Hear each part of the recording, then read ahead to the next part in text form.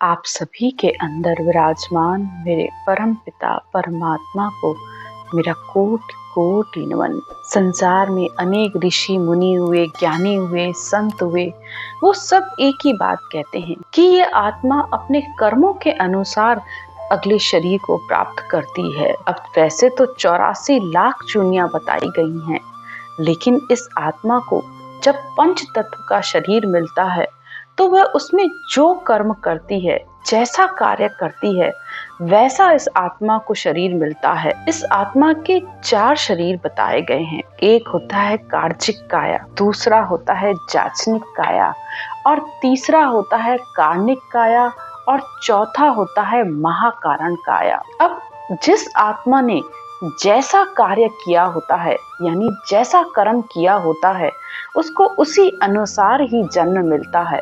लेकिन एक 5वीं काया भी होती है जिसे दिव्य काया कहा जाता है, और दिव्य काया संतों की काया को कहा गया है।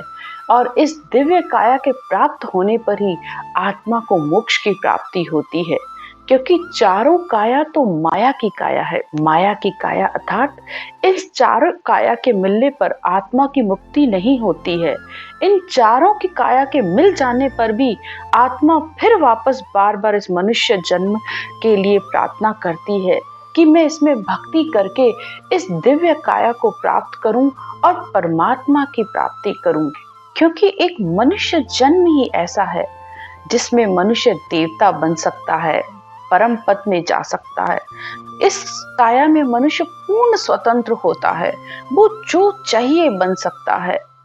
सुखराम जी महाराज कहते हैं, लख 84 जून में एक मिनखा देही होए, गुण भारी करतार सो ऐसो ब्रह्म न कोय। 84 लाख जूनियों में एक मिनखा दे, यानी एक मनुष्य जन्म ही ऐसा है कि उस परमात्मा ने इसमें एक बहुत भारी गुण दिया है कि ये आत्मा पूर्ण ब्रह्म स्वरूप हो सकती है। ऐसो ब्रह्म न कोय हद बेहद में जोई। खंड, पिंड, ब्रह्मांड तीनों का गुण है इसमें। सब चीजें जो बाहर हैं वही इस पिंड में यानी इस शरीर में है। सूर्य, चंद्रमा, तारे, नदियां, समुद्र, देवता, धर्मराय, स्वर्ग, वैकुंठ, परब्रह्म सब कुछ इस शरीर में है। लेकिन मनुष्य को ये तब तक समझ में नहीं आते जब तक वह इस ज्ञान को धारण नहीं करता है, जब तक उसे औधाधारी सतगुरु से ज्ञान नहीं मिलता है, तब उसे समझ में आता है इस मिनखा देह का गुण। अमर लोक जब जाए धरे मिनका देह कोई, सुखराम और की जूण सो गर्भ न छूटे कोई। और कोई जूण यानी और किसी भी योनि से मनुष्य का गर्भ का दुख नहीं छूटता है। लख 84 जून में एक मिनखा दे ही हो ही। एक मनुष्य जन्म से ही इस आत्मा को अमर लोक की प्राप्ति हो सकती है। तो यही बात आज सद्गुरुदेव इस 4 काया के माध्यम से बता रहे हैं कि इन 4 काया के क्या गुण हैं, और 5वीं जिसे दिव्य काया कहते हैं, जो संतों की काया है, उसमें क्या गुण है। तो पहली है कार्जिक काया।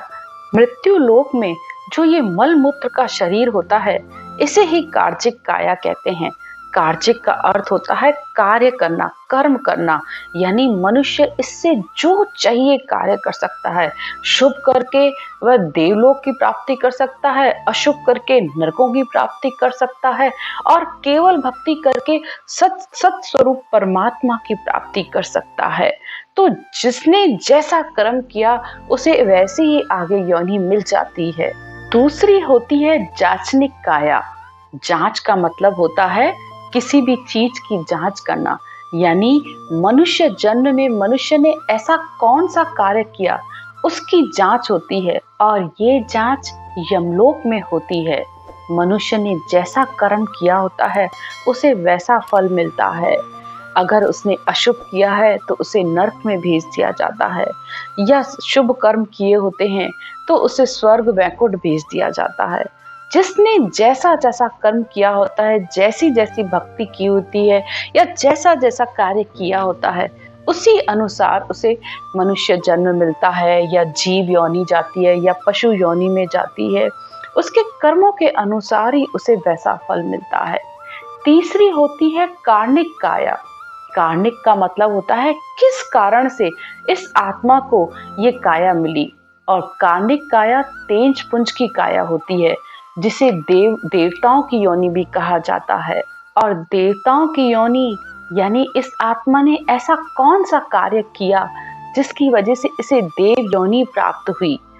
सतगुरुदेव कहते हैं कि तप करने पर राजा, तीर्थ करने पर रूपवान और जिग करने पर धन की प्राप्ति होती है, और व्रत करने पर सुख संपत्ति और देह निरोगी बनती है, और जत करने पर जुगति और सत्य पर चलने पर देवलोक की प्राप्ति होती है। यानी मनुष्य जन्म में जब वह इतने कार्य करता है, उसी कार्य के अनुसार उसे वह काया मिली है, तो देव योनि सत्य पर चलने पर प्राप्त होती है, तो फल स्वरूप उसे देव योनि प्राप्त हुई है। चौथी होती है महाकारण काया। इसे ब्रह्मलोक में महाकारण यानी कौन से महाकारण, कितना बड़ा कोई कारण, यानी उसने ऐसा कौन सा कर्म किया जिसकी वजह से आत्मा को वापस ब्रह्म की प्राप्ति हुई। तो आत्मा पहले भी ब्रह्म थी और वापस ब्रह्म हो गई। तो इस चार काया तक तो इस आत्मा को आना जाना पड़ता है, चाहे उसने कोई भी कार्य किया हो, लेकिन उसे वापस परमात्मा प्राप्ति के लिए आना पड़ता है, क्योंकि यहाँ तक चार काया तक भी आत्मा की मुक्ति नहीं होती है। और पांचवी काया होती है दिव्य काया, जिसे संत काया भी कहते हैं। सतगुरुदेव कहते हैं, जबे संत काया दिव्य रूप धारे, कह सुखदेव संत मोक्ष पधारे। जब आत्मा इस केवल ज्ञान को धारण करती है, केवल भक्ति करती है, तब उसको इस मोक्ष की प्राप्ति होती है। केवल ज्ञान कहते हैं श्वास पर श्वास में ब्रह्म के निज नाम का सिमरन करना, और केवल भक्ति कहते हैं इस श्वास पर श्वास के रटना करने पर जब ये सत शब्द ब्रह्म वैराट से इस आत्मा को लेने के लिए आता है, तब इस आत्मा की मुक्ति होती है, तब इस आत्मा को मोक्ष की प्राप्ति होती है, और तब उसकी ये काया दिव्य काया बनती है। संत काया ये पंच काया, चारू सो माया, सुखदेव पंचमी सत स्वरूप है पाया। तो सतगुरुदेव कहते हैं कि चार काया तक तो माया है, पांचवी काया सत स्वरूप की यानी परमात्मा का रूप बनती है।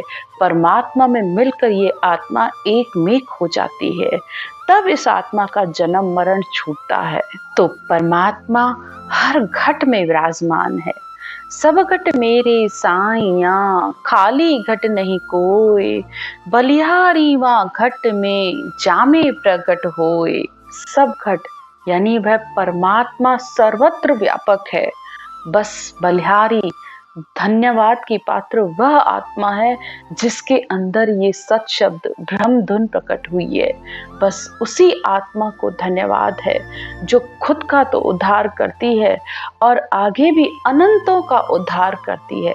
और जब ऐसे संत संसार में आते हैं तो हंसों यानी आत्माओं को परमात्मा प्राप्ति का रास्ता सहज में ही मिल जाता है। आज की ज्ञान की चर्चा यहीं तक। राम राम।